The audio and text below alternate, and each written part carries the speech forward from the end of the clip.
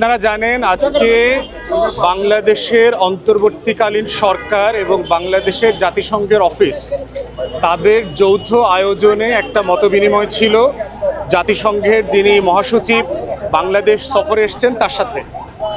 এবং এই সফরে বাংলাদেশের দুইটা বড় স্টেক হোল্ডাররা উপস্থিত ছিলেন।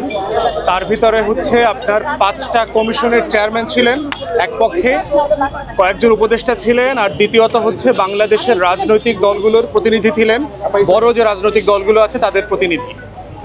মূলত হচ্ছে যে প্রথমত হচ্ছে প্রফেসর আসিফ নজরুল যিনি আছেন তিনি মিটিংটা কন্ডাক্ট করে উনি 5টা কমিশনের সাথে পরিচয় করিয়ে দিয়েছেন এবং 5টা কমিশন কি করছে তারা তাদের চেয়ারম্যানের কাজের একটা ব্রিফ সামারি তুলে ধরেছে। তার পরবর্তীতে হচ্ছে আমরা রাজনৈতিক দলের পক্ষ থেকে আমরা কথা বলেছি। রাজনৈতিক দলের পক্ষ থেকে এবি পার্টির পক্ষ থেকে আমরা 2-3টা জিনিস বলেছি। একটা হচ্ছে জাতিসংঘকে আমরা ধন্যবাদ দিয়েছি যে গত 16 বছরের ফ্যাসিবাদী আমলের সময় বাংলাদেশের জাতিসংঘের অফিস তাদের যে আন্তর্জাতিক জেনেভা ভিত্তিক মানবাধিকার দপ্তর যেটা আছে তারা বারবার আমাদের জনগণের পক্ষে দাঁড়িয়েছে, মানবাধিকারের পক্ষে দাঁড়িয়েছে, গণতন্ত্রের পক্ষে দাঁড়িয়েছে, সেগুলোকে আমরা সেই কাজের জন্য ধন্যবাদ দিয়েছি। একই সাথে আমরা ধন্যবাদ দিয়েছি যে গত মাসে জাতিসংঘের মানবাধিকার দপ্তরের পক্ষ থেকে যে জুলাই আগস্ট গণহত্যার প্রতিবেদন দেওয়া হয়েছে 114 পৃষ্ঠার, সেটা প্রস্তুত করবার জন্য, এটা বাস্তবায়ন করবার জন্য কিছু সাহায্য দরকার, সেটা আমরা আমাদের পক্ষ থেকে বলেছি। প্রথম যেটা দরকার আমরা বলেছি সেটা হচ্ছে যে জাতিসংঘের 3টা প্রতিষ্ঠানে এখনও পতিত স্বৈরাচার শেখ পরিবারের 3 জন আত্মীয় কাজ করছে। আমি জাতিসংঘের মহাসচিবকে বলেছি জাতিসংঘ যেহেতু মানবাধিকারের বিচার চায়, ইনসাফ চায়, ইনসাফটা শুরু করতে হবে জাতিসংঘের নিজের অফিস থেকে।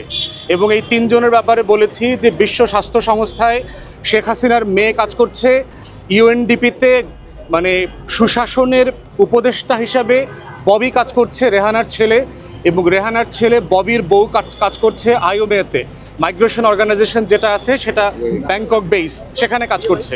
এবং যারা গত 15-16 বছর ধরে যেই পরিবারটা বাংলাদেশকে শোষণ করেছে, নির্যাতন করেছে, তাদের সদস্যরা যেই নেপোটিজম স্বজনপ্রীতির মাধ্যমে বাংলাদেশের অংশ হয়ে এই সব জায়গাতে কাজ পেয়েছে, আমরা বলেছি এই অ্যাপয়েন্টমেন্টগুলোকে রিভাইজ করবার জন্য। দ্বিতীয় পরামর্শ দিয়েছি সেটা হচ্ছে যে বাংলাদেশে মানবাধিকার জাতিসংঘের মানবাধিকার কমিশনের একটা অফিস 2 থেকে 3 বছরের জন্য অস্থায়ী মেয়াদে চালু করার সুযোগ আছে কিনা, তাহলে গণহত্যার বিচার, মানবতা বিরোধী অপরাধের যে বিচারের দায় বারবার এসছে, এই বিচার প্রক্রিয়াটাকে দেখাশোনা করা, এটাকে যদি কোনো টেকনিক্যাল অ্যাসিস্ট্যান্সের প্রয়োজন আসে আন্তর্জাতিক মান রক্ষা হচ্ছে কিনা, যেন এই বিচার প্রক্রিয়া নিয়ে ভবিষ্যতে কোনো প্রশ্ন তৈরি না হয়, তাই জাতিসংঘ যেন সেই মানটা ধরে রাখতে পারে, তাই আমরা বোধ করছি যে এইরকম একটা অফিস 2-3 বছরের জন্য স্বল্প মেয়াদে প্রতিষ্ঠা করা যায় কিনা।